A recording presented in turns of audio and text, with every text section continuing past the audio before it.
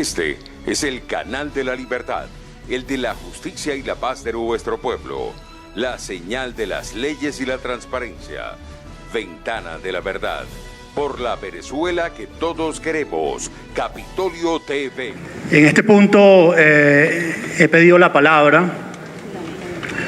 para hablar sobre el índice de actividad económico que se calcula desde la Asamblea Nacional en la Comisión de Finanzas. Junto al índice nacional de precios al consumidor, que ha permitido que todos los venezolanos sepamos que estamos en una hiperinflación, la número 57 de la historia de la humanidad, también hemos decidido, dada la política de ocultamiento seguida por el Banco Central de Venezuela, hacer seguimiento a la actividad económica de Venezuela a través de un índice de actividad económica, que es un índice coincidente con la actividad económica general, también llamado Producto Interno Bruto o PIB. Como esta cifra es ocultada de manera deliberada por el Banco Central para ocultar el fracaso económico del modelo socialista, nosotros hemos tomado una serie de variables que se aproximan al comportamiento del PIB en la economía nacional, y esto permite, pues, que estas variables sean coincidentes con el ciclo económico.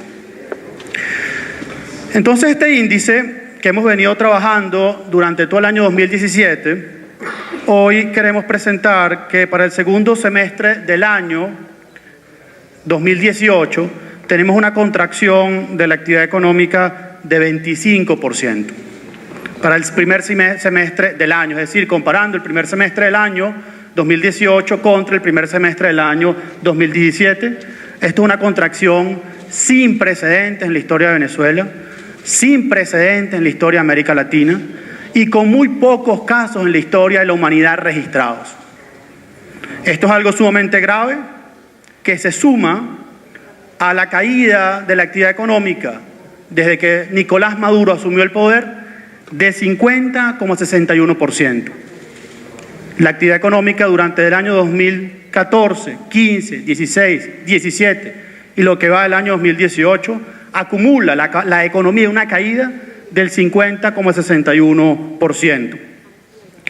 Esto habla del colapso económico que está viviendo el país el día de hoy y que se refleja en la calidad de vida de todos los venezolanos, en el empobrecimiento dramático que está viviendo el país, que otrora fuera la segunda economía del mundo en términos per cápita y la economía más rica del continente latinoamericano.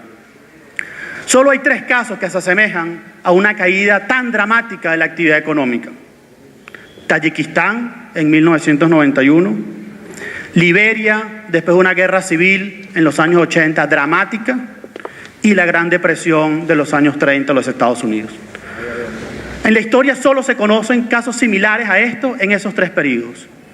Y esa es la razón por la cual el pueblo venezolano está huyendo por los Andes latinoamericanos, sudamericanos, huyendo de esta crisis, huyendo del hambre, huyendo de la miseria.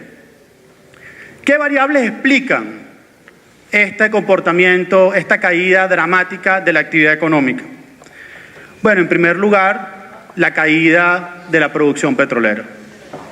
El país con las reservas petroleras más grandes del mundo produce menos petróleo que países que tienen poco petróleo, como Brasil, o una cifra similar a la de Colombia.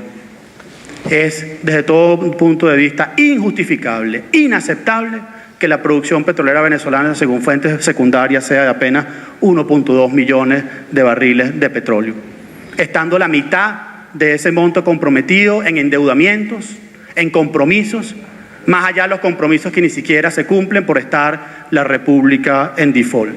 Es decir, pues todo ese compromiso, toda esa producción está prácticamente comprometida.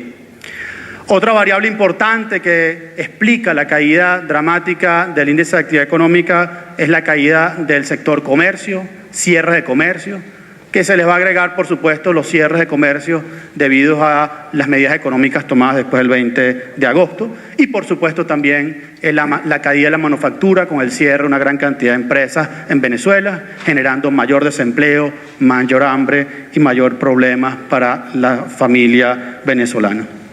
Esto es consecuencia de un modelo económico, de un modelo político, de un modelo económico, de controles, de expropiaciones, que nos ha vuelto el país más pobre de América Latina, teniendo el potencial para ser el más rico de América Latina y del mundo. Y a eso se agrega pues todas estas noticias que tenemos de nuevos endeudamientos y endeudamientos que no hay manera de pagar. Si la economía se contrae 50%, ustedes me dirán cómo se va a pagar esto, colegas parlamentarios. Evidentemente no hay manera de pagarlo, además que esos endeudamientos seguramente será para más gasto, lo cual no habrá mayor capacidad productiva entrando Venezuela en lo que se conoce como un esquema Ponzi, deuda para pagar más deuda, que solo tiene como resultado final la liquidación de los activos de la República, como estamos viendo en el caso de Citgo, PDVSA, muelles, terminales que se tienen en el Caribe, etcétera, etcétera, etcétera, que bajo este esquema la República no tendrá otro camino sino perderlo, sino hay un cambio radical, inmediato del modelo económico y político en Venezuela. En Venezuela no hay cambio económico sin cambio radical del modelo político. ¿Qué consecuencias trae esto para el pueblo venezolano? Bueno, el PIB es una medida directa de la capacidad de consumo. Una contracción del PIB o de la actividad económica se refleja en una caída proporcional o más que proporcional en la capacidad del consumo del pueblo venezolano, que no tiene posibilidad de recuperarse de la caída no solo del nivel de ingresos, sino de la producción de la economía, que es la economía real.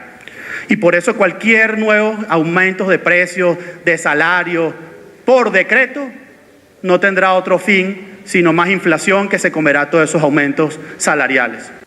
Porque no hay un correlato en la producción, no hay un correlato en la economía real. Y si no hay correlato en la economía real, esos decretos se convierten en inflación que se come el consumo, incluso en una proporción aún mayor. Yo quisiera que el pueblo venezolano, que los trabajadores del salario mínimo en Venezuela no fuese $1, ni $30, sino 300, 500 dólares mensuales como era antes, o $1,000 o $2,000.